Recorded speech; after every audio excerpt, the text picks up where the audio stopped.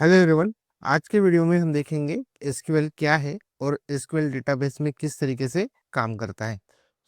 SQL है एक language है, एक मीडियम है जिसका यूज करके आप डेटाबेस के साथ इंटरेक्ट करते हो।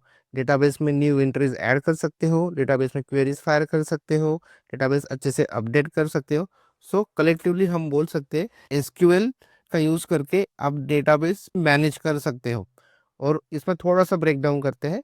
वहाँ पे मैंने डेफिनेशन में लिखा है रिलेशनल डेटाबेस। रिलेशनल डेटाबेस क्या होता है हम नेक्स्ट टॉपिक्स में डिस्कस करेंगे। अभी डिस्कस करेंगे एसक्यूएल क्वेरी किस तरीके से काम करती है डेटाबेस में। तो आप देख पा रहे हो स्क्रीन पे। तो सबसे पहले क्या होगा, कोई भी यूजर एसक्यूएल कमांड अपने सिस्टम से लिखेगा।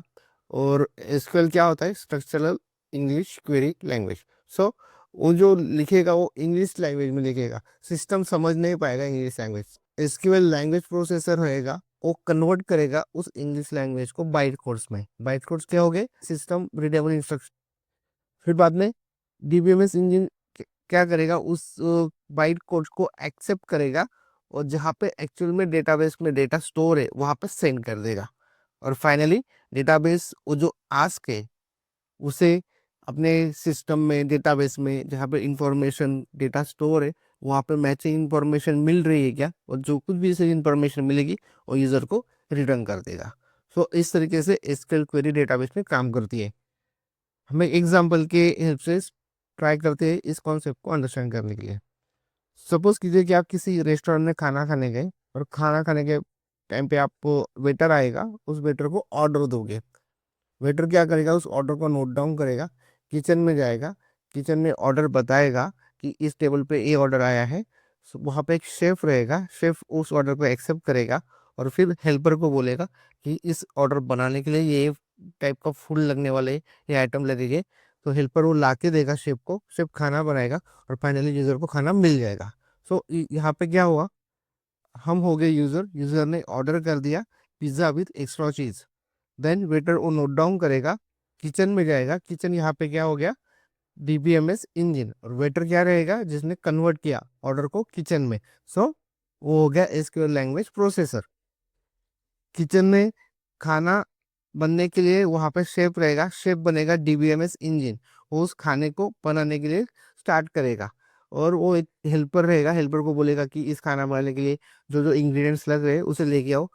हेल्पर रिक्वायर्ड इंफॉर्मेशन जो भी उसे फूड आइटम्स लगने वाले वो डेटाबेस में सर्च करेगा और डीबीएमएस इंजन को दे देगा। एंड फाइनल डीबीएमएस इंजन क्या करेगा, खाना बनाएगा और यूजर को सेंड कर देगा। इस तरीके से एक्चुअल में डेटाबेस में एसक्यूएल क्वेरी वर्क करती है। और ये एक इंटरव्यू क्वेश्चन हो जाएगा, एसक्यूएल क्या है बट वो एसक्यूएल डेटाबेस में किस तरीके से काम करता है। नेक्स्ट टॉपिक देखेंगे डेटा क्या है। आज के डेट में आप कोई भी इलेक्ट्रॉनिक डिवाइसेस कर रहे हो, सिस्टम के साथ अगर आप कुछ एक्सप्लोर कर रहे हो, जो कुछ भी इंफॉर्मेशन रहेगी वो सारी की सारी डेटा है। डिफरेंट टाइप में रह सकती है, टेक्स्ट में, नंबर में, स्पेशली कैरेक्टर्स में, इमेजेस में, बट सारे के सारे चीज़ें डेटा ही है। नेक्स्ट टॉपिक देखते हैं डेटाबेस क्या है। डेटाबेस को आप इस तरीके से समझ लो कि डेटाबेस एक डिजिटल लाइब्रेरी है। वहाँ पे आप इंफॉर्मेशन या फिर डेटा स्टोर करते हो, मैनेज करते हो, और एज पर रिक्वायरमेंट यूजर को अलाउ है कि वो इंफॉर्मेशन डेटाबेस से रिट्रीव कर सके with by using SQL language. Okay. Database एक डिजिटल लाइब्रेरी है जहाँ पे इंफॉर्मेशन स्टोर, मैनेज, अपडेट होती है। नेक्स्ट टॉपिक है applications using databases in real time. Real time में हम डेटाबेस कहाँ पे यूज करते हैं, रेलवे टिकट बुकिंग सिस्टम में। किस तरीके से, रेलवे टिकट बुकिंग सिस्टम में क्या होता है, उसका जो डेटाबेस है वो क्या स्टोर करेगा, ट्रेन के स्केड्यूल्स, सीट कौन कौन से अवेलेबल है, पैसेंजर की डिटेल्स और बुकिंग रिकॉर्ड्स। और रियल टाइम में क्या होगा, जब जब भी कोई भी बंदा टिकट बुक करेगा तो डेटाबेस अपडेट होगा और वो सीट बुक हो जाएगी और बाकी के लोग वो पर्टिकुलर सीट बुक नहीं कर पाएंगे। इस तरीके से रियल टाइम में railway ticket booking system database use करता है। नेक्स्ट टॉपिक देखते हैं टाइप्स ऑफ डेटाबेस। बेसिकली दो टाइप्स है डेटाबेस के, एक है रिलेशनल, एक है नॉन रिलेशनल। रिलेशनल को बोल सकते हो एसक्यूएल डेटाबेस, नॉन रिलेशनल को बोल सकते हो no SQL database, SQL database का डाटा स्टोर करता है in the form of tables, वहां पे रोज और कॉलम का कंस्ट्रक्शन रहेगा। बट नो एसक्यूएल में टेबल्स का कोई कॉन्सेप्ट नहीं है, वहां पे जो स्टोर होगा डेटा वो इन द फॉर्म ऑफ की वैल्यू पेयर के फॉर्म में स्टोर होगा, डॉक्यूमेंट के फॉर्म में स्टोर होगा, या फिर ग्राफ्स के फॉर्म में स्टोर होगा। और आज के डेट में जो करेंटली रियल टाइम एप्लीकेशन है रिलेशनल डेटाबेस के, वो है पोस्टग्रेसक्यूएल, माईएसक्यूएल, एमएस एसक्यूएल सर्वर। और नॉन रिलेशनल के है रेडिस। रेडिस डेटा स्टोर करता है इन द फॉर्म ऑफ की वैल्यू पेयर्स। मोंगोडीबी स्टोर करता है in the form of document जिसे जेसन बोला जाता। और कैसेंड्रा स्टोर करता है in the form of graphs. Next topic देखते हैं। पर्पस क्या है डेटाबेस का? बेसिकली डेटाबेस का पर्पस यही है कि वो डेटा अच्छे से स्टोर करे, मैनेज करे, इजीली एक्सेसिबल हो, डेटा को मॉडिफाई कर सके, प्रोटेक्ट कर सके, एनालाइज कर सके। अभी देखते हैं क्या क्या डीबीएमएस अवेलेबल है रिलेशनल के लिए, नॉन रिलेशनल के लिए। जैसे कि रिलेशनल में डेटा स्टोर होता है टेबल के फॉर्म में, नॉन रिलेशनल में not in the form of tables. Software application help करता है डेटाबेस मैनेज करने के लिए, उसे बोला जाता है database management system. So currently market में डेटाबेस मैनेजमेंट सिस्टम रिलेशनल के लिए अवेलेबल है Teradata, IBM, Microsoft SQL server, SQL, Oracle database, Snowflakes. और नॉन रिलेशनल के लिए मोंगोडीबी, रेडिस, एचबेस, कैसेंड्रा, ये सारे रियल टाइम में करेंटली अवेलेबल है नॉन रिलेशनल के लिए। हम सीखने वाले हैं रिलेशनल डेटाबेस, उसमें सीखेंगे माई एसक्यूएल और काम करेंगे टेबल्स के ऊपर। ओके, मैं सिर्फ इंफॉर्मेशन के लिए आपको बता रहा हूँ।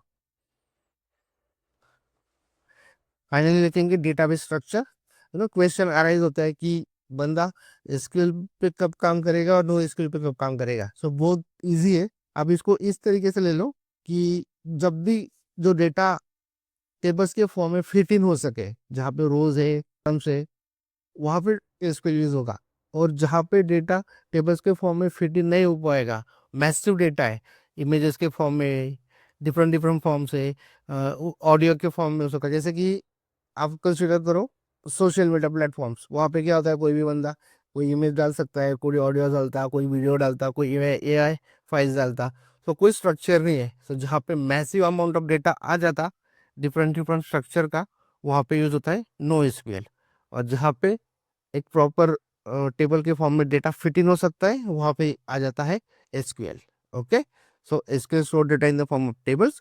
No SQL different different form में स्टोर करता है, की वैल्यू पेयर में, जेसन में, ग्राफ्स के फॉर्म में।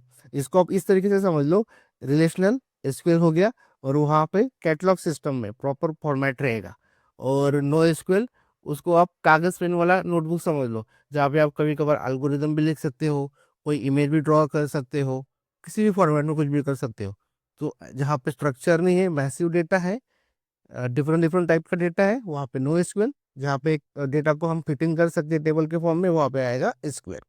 तो एसक्यूएल काफी यूज होता है बैंकिंग सिस्टम में, ईआरपी सिस्टम में।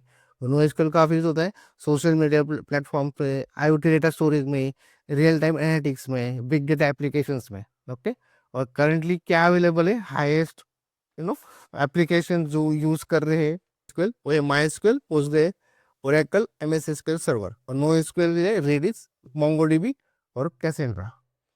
ओके, सो गाइस आज के वीडियो को ये पे एंड करते हैं। Thanks for watching. Please don't forget to like, comment, share and subscribe. मिलते हैं नेक्स्ट वीडियो में।